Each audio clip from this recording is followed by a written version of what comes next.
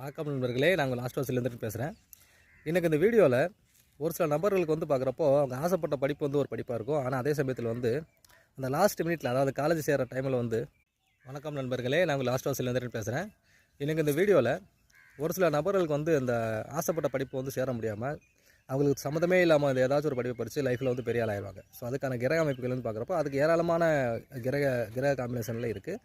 அதில் ஒரு முக்கியமான ஒரு காம்பினேஷன் பார்க்குறப்போ இந்த சனி புதன் சேர்க்கை. ஓகேங்களா? ஸோ யாருடைய ஜாதகத்துலேருந்து சனி புதன் சேர்ந்து 10ஆம் பாவத்தில் இருந்தாலும் சரி, இல்லைனா சனி மட்டுமே 2, 6, 11 இந்த காம்பினேஷன் தொடர்பில் இருந்தாலும் சரி, நிச்சயமாக அவங்களுக்கு அவங்க ஒன்று அவங்க அவங்க எஜுகேஷனில் நம்ம இந்த ஃபீல்டு தான் போவோம்னு சொல்லிட்டு எய்மே பண்ண மாட்டாங்க. ஓகேங்களா? ஸோ எய்மே பண்ணாமல் அவங்க வேறு படிச்சுட்டு இருப்பாங்க. ஏதோ ஒன்று கிடைக்கிது, ஸோ அந்த கோர்ஸ் படிப்பேன்னு சொல்லிட்டு போயிட்டு அந்த வேலைக்கு போயிடுவாங்க.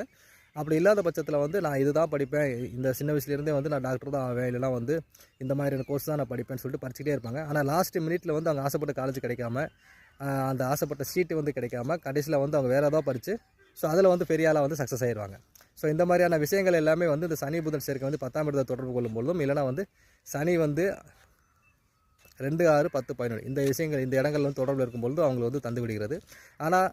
ஆனால் அந்த சனிக்கு குருவோட பார்வையோ, இந்த கேதுவோட இணைவோ, இல்லைனா சுக்கிரனுடைய சேர்க்கை இருக்கும் பொழுது அந்த சனி மகா திசையில் பார்க்குறப்போ அவங்க நல்ல ஒரு அபிருதமான பலங்கள் அந்த சனி கொடுத்துட்டு போயிடும் கேரியர் வைஸில். அதே சமயத்தில் பர்சனல் லைஃப் விஷயத்தில் சனி ஒரு சில நெகட்டிவிட்டி கொடுத்தாலும் சரி, கேரியர் சம்மந்தப்பட்ட விஷயங்கள் சனி நல்ல ஒரு பொருளாதார மேன்மை கொடுக்குறத அனுபவத்தில் பார்க்க முடியுது.